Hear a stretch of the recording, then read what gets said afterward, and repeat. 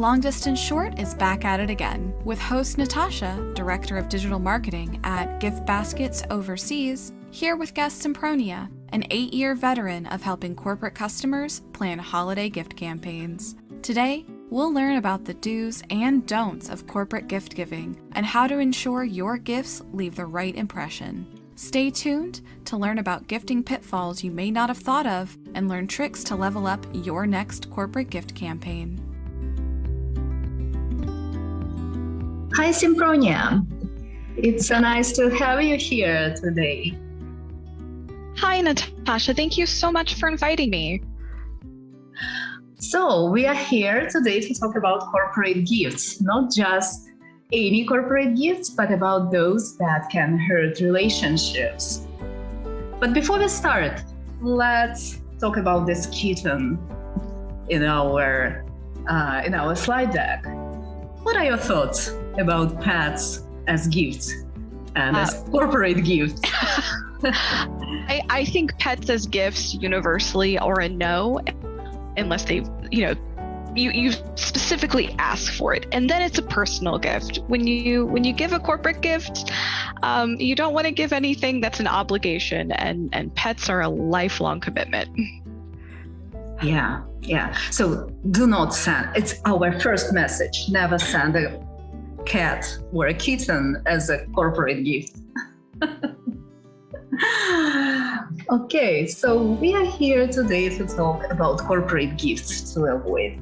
And the first question is there such a thing at all? A gift that can hurt relationship, be it a productive cooperation inside the team, or maybe a relationship with a business partner. That's where our first-time customers sometimes start the conversation with gift specialists that help them. Are there any corporate gifts to avoid? What should we keep in mind when selecting gifts? What are things that can actually hurt relationships instead of improving them? What are your thoughts on that? Oh, it's exactly where customers start, and it's where the most innocuous things will trip you up. One of the first things that I always ask any customer or anybody who's sending a gift period is, do you know if there are allergies involved? The amount of time it takes to update your address book or something with "don't send this person nuts" is very, very small, but it's a huge return on your time investment, because just that small little detail and remembering, hey, this has no nuts or no gluten or whatever it is they're allergic to, that lets them know that you're paying attention. And if you don't do that, that lets them know you don't really care. Yeah. So recommendation here would be to learn as much as possible about the recipient of the gift. What are several main criteria that someone sending a gift can check the gift selection against? I would say we should start with cultural background, maybe. Then you need to understand their relation to your company or to your team, and also their personal preferences and restrictions. Depending on their geographical location, religious beliefs, and current economic context, your recipients may perceive different things as appropriate corporate gifts. Just as an example, I would like us to share a story of one client. The company of theirs is based in the United States, and they wanted to send an expensive brand of whiskey to their partners in India as a token of appreciation and respect. What happened to this gift, Sandy? Well, funnily enough, if I remember the story you're talking about correctly, the corporate sales associate working with the company advised them that what they might actually want to do is send something slightly cheaper, because what they were sending was a gift that was a little bit too lavish and a little bit too inappropriate for the culture. Is this the story you're talking about? Yeah, but also it was the recommendation was to exclude alcohol because some regions in India, they do not accept alcohol in such deliveries. So the suggestion was to send a gourmet and wellness-oriented gift instead. And post-purchase survey that we conducted indicated that substitution worked well for them. So again, understanding cultural background, the relations between the company, your company and the recipient's company, and their personal preferences and maybe some restrictions. It always helps. Speaking of possible issues where the corporate gift campaign, think about these things. Another question that often comes to mind when someone considers the gift given as a part of their sales or marketing initiatives is gift given ethical or unethical as a whole? What if you choose to look deeper into the topic of gift giving to understand which corporate gifts to avoid? Are they ethical? I wanted to share this quote from the material of the Institute of Business Ethics, and they say that the acceptance of gifts, services, and hospitality can leave an organization vulnerable to accusations of unfairness, partially or deceit, or even unlawful conduct. Commercial relationships may be subject to bias, and an organization's reputation for doing the business ethically will be put at risk. What are your thoughts about that? My thoughts on this are a bit complicated. In my personal life, I'm a big gift giver, and I give things, freely and without expectation. And I think that's the importance between an ethical and an unethical gift. If your company is giving these freely and without expectation, they are simply a thank you for your time, for your effort, for consideration, then you're on the ethical side of gifting. If you're giving these gifts with an expectation or a demand that something be met after it, if it's something you're going to hold over their head, then you fall on the unethical side of it. In my opinion, there are tons more debates about this. At the end of the day, I think it's a personal choice and a company choice, but giving gifts freely makes them better gifts, and it increases your reputation in a positive way. Giving gifts with expectations does not do that. So definitely err on the side of caution.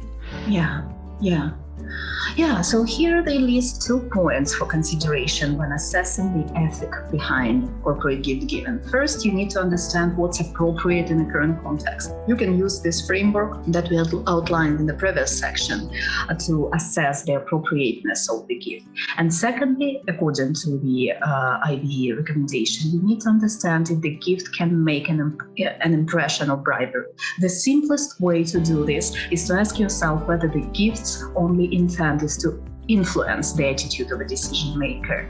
Many companies have distinct policies regarding gift giving and receiving that can help ensure you don't overstep in generosity. We encounter the situation with a corporate gift recipient who refused to accept the gift because of the policies of their company. In such a case, it's wise to have an alternative option for those unable to receive a gift. For example, you can offer them an opportunity to donate the amount equal to a gift budget to charity, and this can totally resolve the issue. And that's something that Gift Baskets Overseas can help with, correct? Oh, absolutely. As a matter of fact, one of our more popular and newer services, the address request form, will even let your recipient communicate to us any foreseeable issues. Will their office not accept it, so it needs to be sent to a home address, for instance, and also let us know about some of the allergy concerns you may not have had time to collect. So the next question, once we decide on the appropriateness of the gift in the current context, is, are corporate gifts effective at all? And it's a huge consideration that potential corporate givers have regarding their first gift campaign. While loyalty and better perception are relatively hard to measure, it is possible. So in the survey that Forbes conducted in 2021, 80% of respondents said that gifts have improved relationships with employees and clients. And a whopping 48% admitted that gifting delivered a substantial benefit. Gift Baskets Overseas team regularly reaches out to the returning customers to learn how effective their campaigns are. I know that you are often talking to customers, corporate customers as well. Are there any things that they share that stood out to you in terms of effectiveness of the gifts? I think one of the most telling things that I've been told, especially, given the recent shift into distance working, is how connected it makes the team. Employee appreciation gifts, especially employee appreciation gifts given on non-birthday occasions for hitting milestones, for completing projects, really saw a lot of, especially my small to medium business owners who I've spoken with. They've seen a really big increase in just sort of cooperative working, employees, volunteering to go outside of their normal jobs and expand into new things.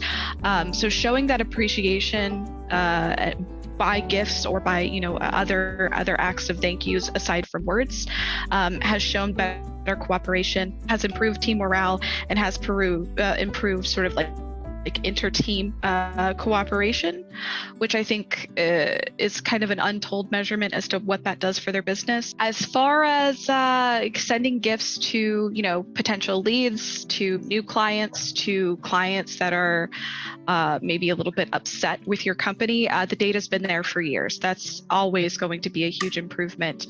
There's that old saying, you have to spend money to get money, and one of the best ways to spend your money is by sending gifts and showing your appreciation inside and outside of your company. Yeah.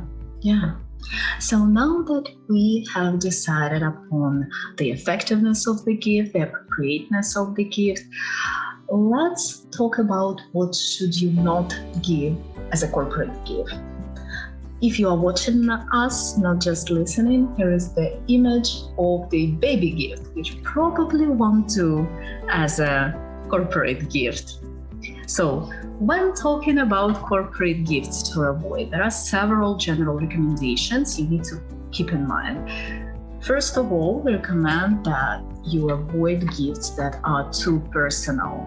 Avoid cosmetics and fragrances, especially if you are not 100% sure of your recipient's preferences. Then it's better to refrain from humorous gifts in a business context. No matter how brilliant a joke, there are significant chances of misunderstanding. Too dull can also be an issue. For example, if you give your employees a coffee mug every year, that's a high. They will not be happy with another one. And finally, don't over or underfund it. So if I need to wrap up this, it's better to exclude gifts that are too personal, overpriced, too cheap, excessively funny. Am I missing anything? I think there's one more chance to plug in: pets. Please don't send pets. Just don't do it. Well, let's get back to the cultural background of the recipient. Another question that apparently is quite often something that concerns our customers is what culture does not accept gifts? And the research shows that gift giving is quite universal. It's a universal tradition that is normal in this or that form for all cultures around the world. However, there are local differences among cultures regarding how exactly to accept, or in which cases to reject gifts. For example, it's being said that it's typical for many Eastern Asian countries for their people to refuse business gifts up to 3 times before accepting them. You can approach cultural differences and corporate gift giving in a way that is pretty much the same as what you do in your personal relationship. Conduct a small research about the traditions, then go with the safest option possible. Sempronia, do you have any comments here, or maybe a story from your corporate gift assistant times? So my tenure helping with the corporate gift assistants at Gift Baskets Overseas has taught me one thing. The HR department is your friend. If you are sending gifts, especially outside of your own company, to another company, say somebody that you partner with, reach out to their HR department and they'll be more than happy to tell you everything you need to know about not only what gifts are sort of appropriate and expected, but also what will be allowed by their gifting policy. So it's kind of a 2-for-1 special. But in general, food is safest. Food reigns supreme, especially food with variety that you can share. Everybody loves to try new things, even if they don't necessarily like the new things, especially when it's not on their dime. So when in doubt, snack variety packs. It'll get them every time. So now let's talk about what is an appropriate business gift. Another point here to add is many cultures have better restrictions. So again, cultural background research is something that will help you a lot. We're reaching out to people who are aware of the traditions and customs in the country where you are sending a gift. So what kind of gifts are the most business appropriate? We already talked about gourmet gifts. What else can we talk about here? Anything that is office accessories, planners, notebooks, especially if you can get something personalized. A lot of businesses would think here, oh, great, let me put my logo on it. But I challenge you to make it personalized for your recipient. Instead of making it your logo, try putting their name, maybe a special, anniversary date for when they signed a deal with you, or even their own company name. That's a way to let them know that you're thinking about them and it's them you're trying to spoil. That's going to make them remember you a lot more than a pen with your company's logo on it. Yeah. Another type of a corporate gift that I would love to focus on is something for the team to share, especially when you are sending something not to an individual, but to a team that helped you with something, or part of your team that works remotely somewhere away from you. Having some kind of a maybe healthy selection of shareable products for a team to enjoy together, or for a group of people to enjoy together, it has so much meaning to it. Not just something savory or even healthy, but as a team building exercise, Yes, completely agree. I would say a small warning for shareable products, especially in the day and age that we're in. Individually wrapped or well-preserved products are going to do a lot better than things like fresh fruit. There's still a lot of nervousness about sharing those things in the office. So look for prepackaged snacks or individually wrapped things to make sure that everybody feels comfortable with sharing. Yeah, that's a good advice. Absolutely.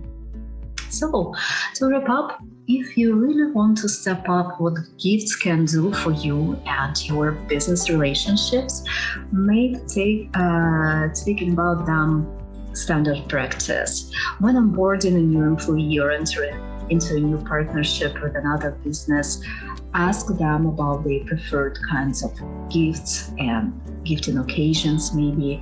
This sets you apart as someone who cares about them as an individual and what they can do for your company. Now that you know much more about corporate gifts to avoid, what are some next steps that we recommend? Can you please wrap up for us, Pronya? Oh, absolutely. The first step you're going to want to do is go to our blog. Our Gift Baskets Overseas blog is just full of information, not only for corporate gifting, but also for seasonal things, for regional gifting things. It's a wealth of knowledge that you can read at any time. If you are ready to buy, then of course our corporate gift selection is available to you 24/7. We have a very handy tool there, our corporate gift wizard, that will let you narrow things down based on the countries that you want to send to, as well as sort of the budget that you're looking at for gifts. So you're focusing only on the gifts that are relevant to you and not being overwhelmed by too many options. And, if you don't want to be the one to look for it yourself, we have your back. You can always request a consultation with one of our corporate gift experts. They will walk you through the entire process, including even selecting gifts for you or letting you know which of our many tools, such as the address request form or e-gift options, would be best for your team and your campaign. Yes, thank you. The contact will be on the final slide. And for those listening, we will have all the contact information in the description of this episode. Thank you so much. Thank you.